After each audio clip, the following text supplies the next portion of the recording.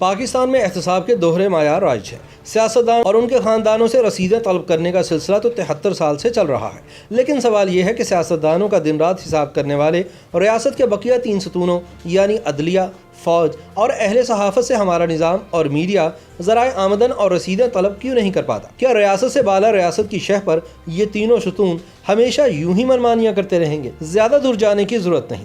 ابھی کل کی بات ہے کہ ڈیم فنڈ والے سابق چیف جسٹس پاکستان میاں ثاقب نثار دوسروں کو صداقت اور امانت کے سرٹیفکیٹس جاری کرتے رہے۔ چیف جسٹس ہوتے ہوئے سیاسی ورکر کی طرح ایک سیاسی جماعت کی مہم چلائی، متنازع فیصلے دے کر یا دوسرے بینچز پر دباؤ ڈال کر عدلیہ کی ساکھ کو نیست و نابود کیا۔ اب وہ اخباری بیانات کے ذریعے اپنے ضمیر کی خلش کو کم کرنے کی کوشش کر رہے ہیں۔ ایک تنخواہی ملازمت کے باوجود وہ خود اور ان کا خاندان شاہانہ لائف سٹائل رکھتا ہے، لیکن کسی نے کبھی ان کے اثاثوں یا ذرائع آمدن کی تفصیل نہیں دیکھی ہوگی۔ سوال تو بنتا ہے کہ ان کے بیٹے نجم ثاقب کی بیرون ملک تعلیم کے اخراجات کیسے پورے ہوئے؟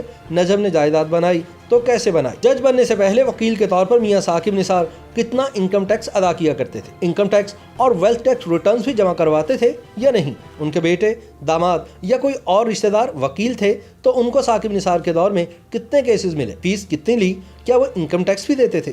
کتنے کیسز میں ان کو ریلیف ملا؟ ثاقب نثار اور ان کے خاندان کے اثاثے جج بننے سے پہلے کتنے تھے اور ریٹائرڈ ہونے کے بعد کتنے ہیں؟ ڈیم فنڈ کے پیسے کدھر گئے؟ انہوں نے عدلیہ کو تباہ کیوں کیا؟ ان سوالوں میں سے اہم ترین سوال یہ ہے کہ کیا ثاقب نثار اور جسٹس قاضی فائز عیسیٰ کو ایک ہی پیمانے سے ناپا جا رہا ہے؟ جواب یقیناً نفی میں ہے، لیکن پھر سوال پیدا ہوتا ہے کہ دونوں ججز کے ساتھ الگ الگ معیار کیوں اپنایا جا رہا ہے؟ کسی کو کچھ نہیں پتا اور نہ ہی نیب یا میڈیا پوچھ سکتا ہے۔ ویسے اس کا سادہ سا جواب یہ ہے کہ وہ ریاست کے اوپر والی ریاست کا حصہ تھے، لہٰذا ان سے سوال پوچھنے کی جرت کسے ہو سکتی ہے؟ اب ذرا جرنیلوں کی بات کر لی جائے۔ جنرل عاصم سلیم باجوہ بھی تنخواہ دار ملازم تھے۔ احمد نورانی کی خبر سے پتہ چلا کہ اسی ایک تنخواہ میں سے سارے خرچے نکال کر جنرل عاصم باجوہ نے اپنے تینوں بچوں کو امریکہ میں پڑھایا۔ کفایت شعار اتنے کہ نہ صرف ان کی فیس، رہائش اور خوراک وغیرہ کا خرچہ تنخواہ سے پورا کیا، بلکہ اپنی زوجہ کو امریکہ میں ہی اربوں روپے کا پیزا بزنس بھی سیٹ کروا دیا۔ پھر اسی تنخواہی بچت اسکیم سے 99 بزنس کمپنیاں بنا ڈالیں اور لگے ہاتھ 2-3 گھر بھی امریکہ میں ہی خرید لیے۔ جب جرنیلی ایمانداری کی جھوٹی ہنڈیا بیچ چوراہے میں پھوٹی تو اپنے ہاتھوں سے بنائے گئے وزیر اعظم سے ایک مطمئن بیان دلوا کر اپنے ضمیر، غیرت اور میڈیا کو شٹ اپ کال دے دی، کیونکہ جنرل عاصم سلیم باجوہ بھی ریاست سے اوپر والی ریاست کا حصہ ہیں، لہٰذا ان کے حوالے سے کتنا ہی بڑا اسکینڈل کیوں نہ سامنے آ جائے، صرف ایک پریس ریلیز سے ہی معاملہ ختم ہو جاتا ہے۔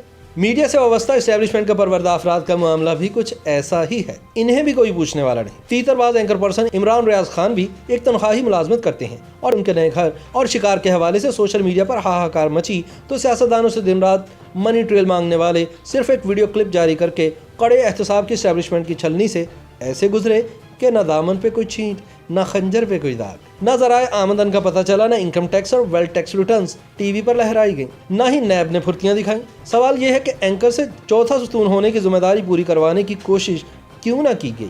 نہ ہی جنگلی حیات کے قتل پر کوئی کارروائی ہوئی۔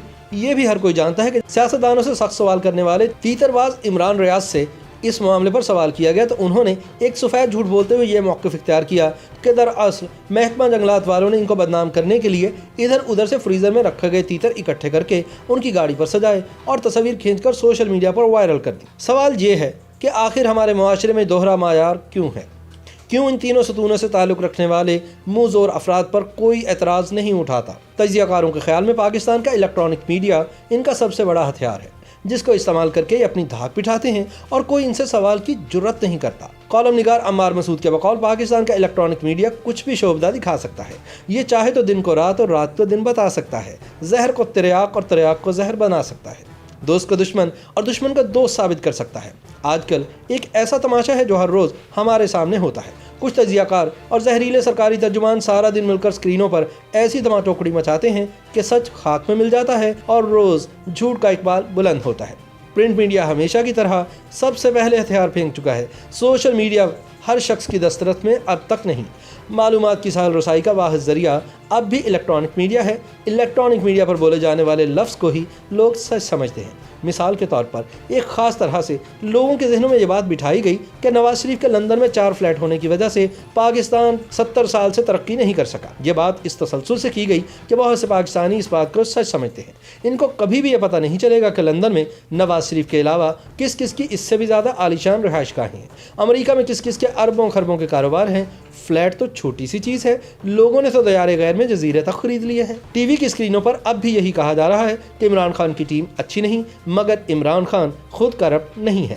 لیکن کوئی یہ سوال نہیں کرتا کہ جس دور میں چینی کی قیمت میں پاکستانیوں کو اربوں روپے کا ٹیکا لگا، ڈالر کی قیمت بڑھنے سے چند لوگ کیسے راتوں رات کھرب پتی ہوئے، آٹے کے بحران سے کس کس کو فائدہ پہنچایا گیا، ادویات اسکینڈل میں سے کس کو کیا ملا، بی آر ٹی میں کس کس کی مل سے سریا خریدنے کی اجازت دی گئی، پیٹرول کا مصنوعی بحران پیدا کس کی خاطر کیا گیا، بلین ٹری سونامی میں قوم کا کتنا پیسہ گیا، کھالیں جمع کر کے کس نے پیسہ کمایا۔ گھوم پھر کر یہی بات ہوگی کہ چلیں کارکردگی ناقص ہے، معیشت کا برا حال ہے، لوگ بھوکوں مر رہے ہیں، کاروبار کرنے والے خودکشیاں کر رہے ہیں، نوکریاں کرنے والے ڈگریوں کو آگ لگا رہے ہیں۔ لیکن عمران خان بندہ ایماندار ہے۔ ایمانداری کا سبق ہمیں روز ازبر کروایا جا رہا ہے۔ ایسے میں جج، جرنیل اور جرنلسٹ سے کوئی کیسے پوچھے کہ تم نے مال و متاع کیسے اکٹھا کیا، کیونکہ جب تک ایک بھی سیاستدان موجود ہے احتساب کا شکنجہ صرف اسی کی گردن پر کسا جائے گا، کیونکہ اسے خصوصی طور پر سیاستدانوں کے لیے ہی تیار کیا گیا ہے۔ YouTube پر گوگلی نیوز دیکھنے کے لیے youtube.com کی سرچ بار میں googly news T V type کریں۔ گوگلی نیوز کے پیج پر سرخ رنگ کے سبسکرپشن والے بٹن پر کلک کرنا نہ بھولیے۔ YouTube پیج پر اپلوڈ ہونے والی ویڈیوز سے باخبر رہنے کے لیے بیل آئیکن پر کلک کیجیے۔ آپ کو ہر نئی ویڈیو کے بارے میں نوٹیفیکیشن موصول ہو جائے گا۔